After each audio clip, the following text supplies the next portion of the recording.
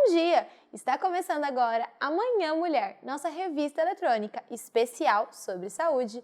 Vamos começar falando sobre o Alzheimer com a doutora Elisângela Chaves. Sabemos que cuidar de um idoso com doença de Alzheimer não é fácil. Geralmente gera um grande desgaste físico e mental ao cuidador. Por isso, hoje eu quero trazer algumas dicas importantes a vocês, familiares e cuidadores, de como lidar com o idoso com quadro de esquecimentos progressivos e irreversíveis decorrentes de doenças neurodegenerativas, como a doença de Alzheimer ou mesmo outras demências. A primeira dica: para ser cuidador de idoso, é preciso ter muita paciência e entendimento de que nada do que o idoso fale ou faça é proposital ou planejado. O idoso com demência perde a capacidade de memória, de julgamento ou de crítica.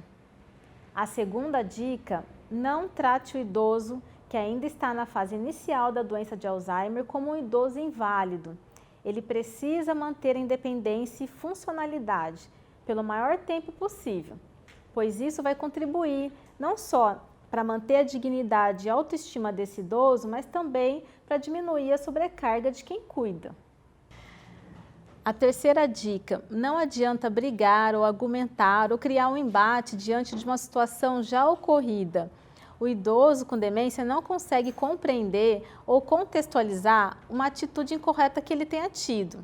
Vou dar exemplo. Você chega em casa e encontra a idosa que tem diagnóstico de doença de Alzheimer sentada, quietinha no quintal da casa.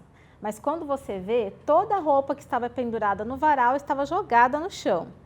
Não adianta nessa hora você ser enérgico, brigar, pois essa idosa não irá assimilar suas explicações, não vai entender a sua reação negativa nesse momento, em que ela está tranquila. É como lidar com criança: a correção precisa ser firme, mas no momento em que a ação ocorre. Outra situação bastante comum: paciente com demência. Ele passa a recusar o banho e não adianta criar o embate neste momento.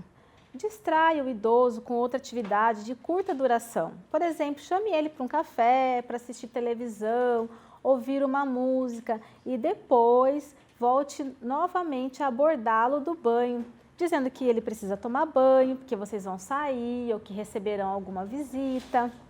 O fato de você criar uma situação em torno do banho não é um problema, pois ele não vai se lembrar da sua proposta inicial. A quarta dica é: tenha paciência com as perguntas repetitivas. Exemplo: que horas fulano vai chegar? Passa um tempo e ele pergunta de novo: que horas fulano vai chegar? E isso vai acontecer inúmeras vezes. Tente nessa situação mudar o foco e também distraí-lo com outra coisa. Quinta dica: tenha rotinas estabelecidas. É preciso ter horário para tudo: acordar, tomar café, tomar remédios, caminhar, hora do sol, comer a fruta, hora da televisão, do almoço, do cochilo e assim por diante. A rotina é fundamental para manter a orientação do idoso. Talvez no início possa até haver alguma resistência desse idoso quanto às rotinas estabelecidas, mas à medida que elas vão se tornando fixas e repetitivas, o idoso passa a se acostumar, passa a gostar e sente-se até confortável diante das situações. Sexta dica: tente estimular a mente do idoso com demência, sobretudo aqueles que estejam nas fases iniciais da doença. Distraia com animais, com brinquedos, artesanatos, pinturas, jogos simples, jardinagem e até a terapeuta ocupacional, profissional que pode ajudar nesses estímulos. O idoso com a mente ocupada, ele acaba apresentando menos alterações comportamentais, como agitação, agressividade, menos alucinações ou delírios. Porém, temos que considerar o seguinte: a atividade escolhida tem que ser agradável e tem que ter algum significado. Não adianta estimular com atividades que até então esse idoso nunca teve interesse. Por exemplo, uma idosa que nunca gostou de fazer crochê e você insistir que agora que ela está com quadro de doença de Alzheimer, para que ela faça o crochê. Ou um idoso que sempre foi ativo, que trabalhou em banco, gostava de fazer cálculos e agora você insistir para que ele fique em casa e goste de pinturas, de jardinagem. É preciso respeitar as preferências desse idoso. E a última dica, peça ajuda. Essa dica é muito importante para você que é familiar e cuidador de um idoso com demência. Assumir todos os cuidados em tempo integral de um idoso com demência é extremamente cansativo. Divida as responsabilidades com outros familiares, tenha seu tempo de lazer, de descanso. É comum a gente ver dentro do consultório que o familiar entra num processo de estresse do cuidador, em plena exaustão e abandono da própria vida.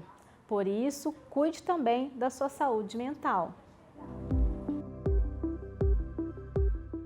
Agora, vamos falar sobre a saúde da mulher. Primeiro, a doutora Ana Lígia Feitosa vai falar sobre a candidíase e logo em seguida o doutor Ricardo Ferraz vai nos falar sobre a endometriose. Olá, tudo bem com vocês? Eu sou a doutora Ana Lígia Feitosa, ginecologista e obstetra, e hoje vamos conversar um pouquinho sobre os corrimentos vaginais. Bem pouquinho, porque isso é muito amplo, temos vários tipos, tá? Então a gente tem que ver o que realmente é corrimento, que é uma coisa patológica, né, que a gente tem que tratar, que é uma doença, e diferenciar da secreção vaginal fisiológica, tá? Muitas vezes as pacientes me procuram dizendo que estão sentindo que a calcinha fica molhada, que tem uma secreçãozinha ali, né? Às vezes elas até mandam mensagem querendo um tratamento, uma pomada, um remédio, enfim. Todas essas queixas a gente tem que avaliar, tem que ser feita uma investigação completa, porque, como eu disse, são muitos tipos de secreções vaginais que a gente tem, tá? Então eu preciso ver em qual fase do ciclo que você está apresentando para saber se é uma secreção, por exemplo, que está indicando que você está no seu período fértil, para saber se é um período de ovulação, tá? E tem as patológicas, que são as que causam as doenças, e aí essas precisam ser tratadas, tá? A mais comum, que as pacientes mais conhecem, é a candidíase, tá? Então, eu vou falar um pouquinho da candidíase aqui hoje, que é aquela secreção mais branquinha, tá? Que ela lembra um pouquinho assim um leite coalhado, o aspecto dela, e que dá muita coceira. Então a queixa principal da paciente é que está com coceira, está com ardor e está com essa secreção, tá? Algumas têm outras queixas mais específicas, tá? E outras são essas mais abrangentes, tá? A maioria das vezes esses sintomas sim estão ligados à candidíase, mas a gente não pode simplesmente tratar como sendo a candidíase sem antes avaliar, tá? Então é preciso que seja feito o exame ginecológico para a gente identificar se é isso mesmo ou se tem alguma outra doença, que às vezes até é uma doença mais rara, mas que pode cursar, né? Pode vir com os mesmos sintomas, tá?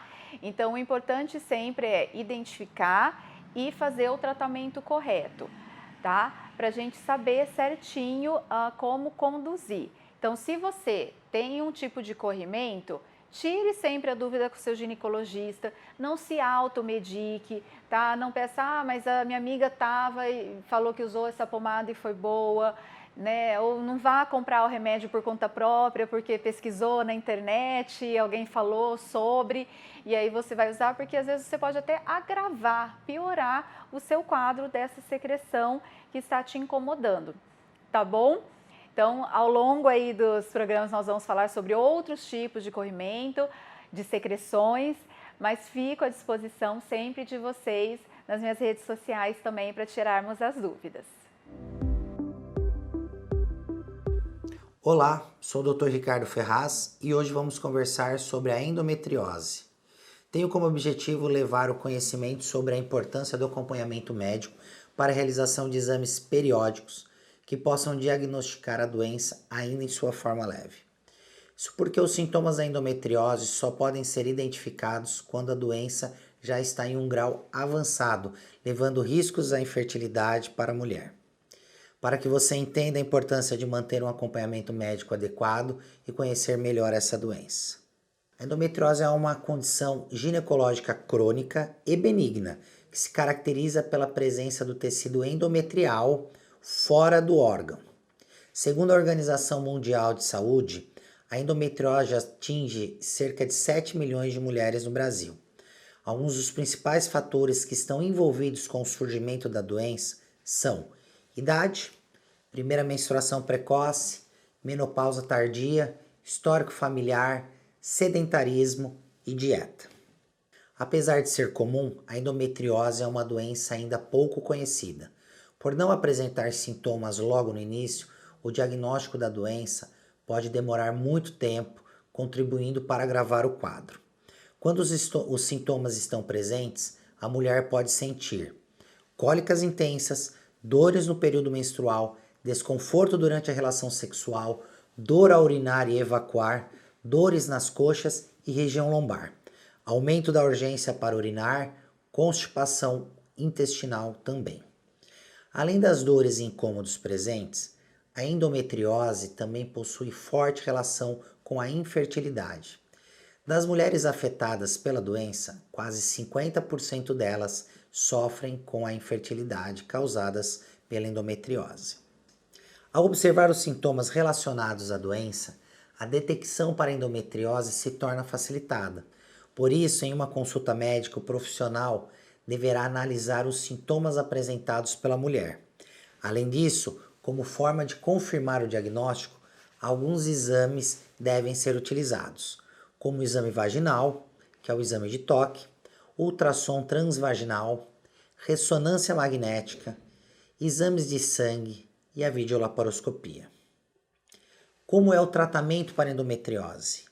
Para endometriose, inicialmente é indicado o tratamento clínico, com o objetivo de controlar sintomas e melhorar o quadro.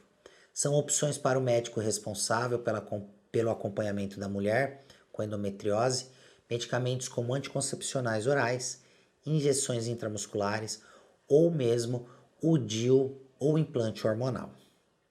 Outros tratamentos que podem também ser utilizados como forma de oferecer conforto e alívio dos sintomas são a fisioterapia, a acupuntura e o uso de analgésicos.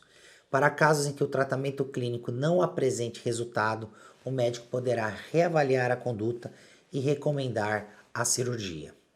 Essa intervenção é indicada para a realização de remoção completa dos focos de endometriose, restaurando a anatomia e preservando a função reprodutiva da mulher. Contudo, é importante entender que a doença não tem cura. Por esse motivo, é fundamental que a mulher realize acompanhamento periódico com exames de rotina. Dessa forma, é possível realizar um diagnóstico precoce que contribua para o tratamento adequado da doença e evite consequências como a infertilidade. Não deixe para visitar seu ginecologista somente quando tiver alguma alteração. Realize os retornos agendados e mantenha a sua saúde sempre em primeiro lugar. Agora eu vou para um rápido intervalo comercial, mas eu já volto. Essa é a Baronesa Beauty Studio, um salão completo para você cuidar de sua beleza em um ambiente descontraído e aconchegante, longe dos problemas e da correria do dia a dia. Estamos próximos ao centro de Valinhos, na Rua Americana 892. Olá pessoal, na dica de hoje vamos falar sobre cabelos e eu quero te fazer uma pergunta. Como você protege suas madeixas? Você sabia que o sol, poluição, calor dos secadores e chapinha danificam seus cabelos? Pois é, se você não proteger os fios depois de lavá-los, eles vão sendo danificados aos poucos por todos esses agentes externos.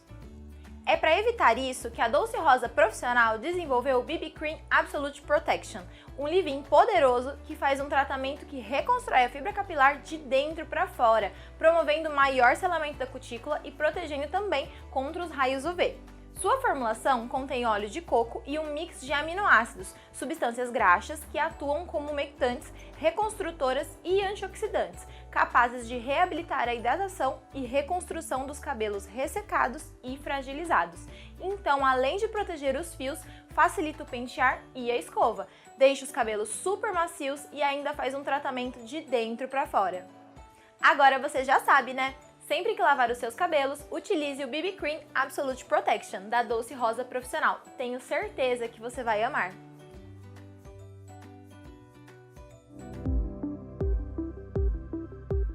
Voltei! Agora a dica é para as mamães. A nutricionista Vanessa Gallo vai nos explicar sobre os engasgos dos bebês e como a gente deve fazer a manobra se o engasgo acontecer. Um dos principais medos das famílias aí quando nasce um bebê, né, e quando esse bebê vai se desenvolvendo, vai crescendo, é o engasgo no momento da alimentação desse bebê, né? Muitas famílias vão pensar nisso só lá na introdução alimentar, quando o bebê começa a receber outros alimentos diferentes do leite, e aí vem essa insegurança em relação à forma de oferecer esses alimentos, né, prevenindo esse engasgo. Mas é importante que a gente entenda que o engasgo é uma emergência médica, não é algo que acontece corriqueiramente, né, com tanta frequência assim dentro das famílias ali com os bebês, mas que sim, é um risco que existe, né? Ele pode acontecer em qualquer fase do desenvolvimento, em qualquer idade, e aí a gente saber lidar com o engasgo, saber como prevenir e também o que fazer no momento do engasgo é muito importante. Então eu, como nutricionista materno-infantil, eu falo muito sobre esse assunto dentro das consultas de introdução alimentar para preparar os pais, né, em relação aos sinais e a como prevenir ou como agir no momento do engasgo, mas é importante que a gente tenha essa consciência e aprenda, inclusive, a fazer a manobra de desengasgo, né, a manobra de ação quando um bebê engasga, já desde os primeiros dias, se preciso até, se possível, desde antes da chegada desse bebê, para se preparar para caso isso aconteça, essa emergência médica, que a gente sabe que não é algo que acontece corriqueiramente, mas que, caso aconteça, a gente saiba o que fazer e como agir.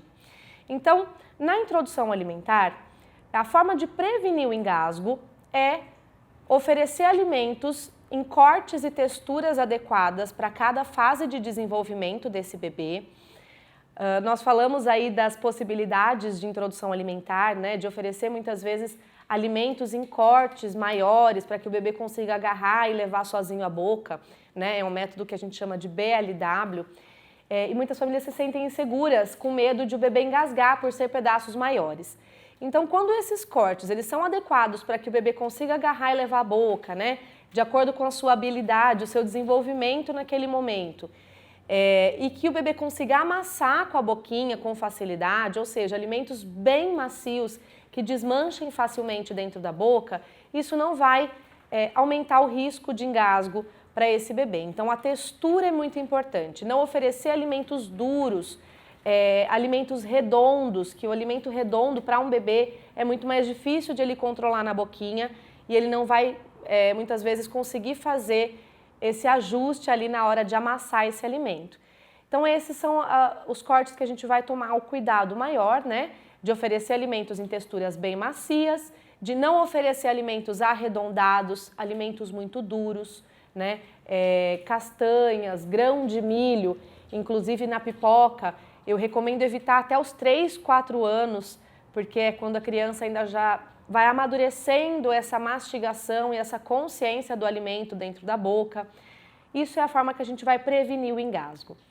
E entender que existe um reflexo natural que todos nós temos de prevenção contra o engasgo.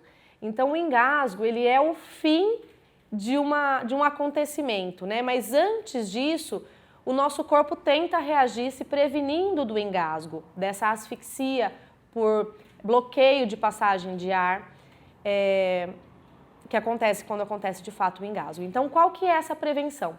Nós chamamos de reflexo de Gag. Esse reflexo é uma protusão da língua, nós empurramos nossa língua para frente para que esse alimento saia da boca, né? Nós adultos já temos esse reflexo bem lá no fundão da língua, porque nós já temos uma habilidade de mastigação e de prevenção muito maior quando a gente vai mastigar e consumir alimentos, né? No bebê, esse reflexo ele está mais para frente. Então, qualquer pedaço de alimento, qualquer bolo de alimento que o bebê não consiga engolir e pressione esse ponto da língua, essa língua ela vai empurrar esse alimento para frente, que é muitas vezes quando o bebê faz aquele né? Ele bota a língua para fora, parece que está tendo ânsia. Muitas vezes é o reflexo de tosse que é desencadeado para justamente empurrar esse alimento para fora e não acontecer de fato um engasgo final ali. Então nós temos um reflexo de proteção, que é o reflexo de gag, que está muito presente no bebê, de uma forma mais acentuada esse reflexo, onde a língua empurra esse alimento para fora. E muitas vezes quando o bebê reage, que nós achamos que ele está engasgado, ele está só fazendo ali aquele reflexo de proteção, que é o reflexo de gag para colocar esse alimento para fora. E normalmente o bebê se livra sozinho do alimento, o alimento volta para frente ou o bebê gospe aquele alimento que ele não deu conta ali de amassar ou de engolir, tá? Então nós temos que confiar nesse reflexo também, que é uma proteção. Então esses são os principais pontos, né? A gente entender que o engasgo, ele pode acontecer a qualquer momento da nossa vida, desde que um bebezinho nasce, ele pode engasgar com leite materno, pode engasgar no uso de mamadeira, pode engasgar com alimentos depois da introdução alimentar ou até com líquidos, com água. E ao longo da vida, esse risco ele existe e nós temos que saber nos prevenir, oferecendo de forma adequada para esse bebê esses alimentos, não oferecendo esses alimentos que oferecem risco, como eu falei, né, os redondos, os mais duros que o bebê não consegue ali amassar e controlar para engolir, entendendo diferenciar aí esse reflexo de proteção do que é de fato um engasgo para poder agir no momento certo. Então, quando o bebê tem um reflexo de gag, ele está respirando normalmente, ele faz tosse ou ele faz esse movimento de ânsia ou de botar a língua para fora para cuspir o alimento, mas ele está tranquilo. Ele se livrou do alimento, vida que segue, ele continua comendo normalmente.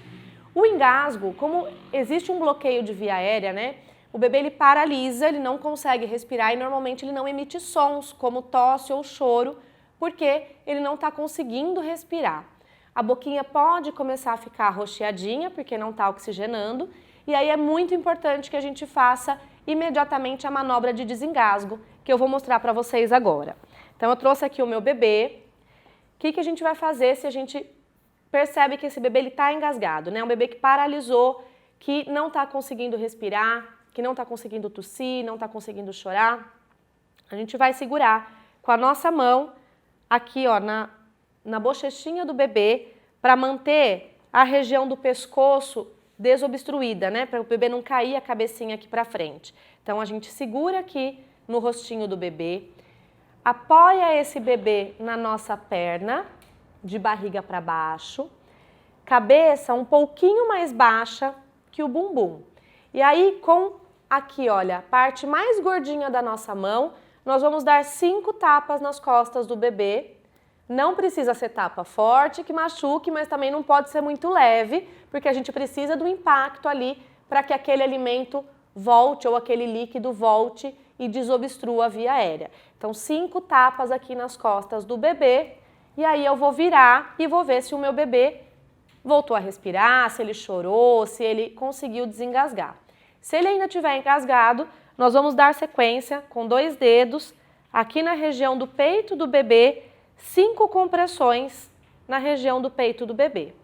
E aí voltamos a fazer novamente, segurando o rostinho, apoiando na perna, de barriguinha para baixo, 5 tapinhas nas costas.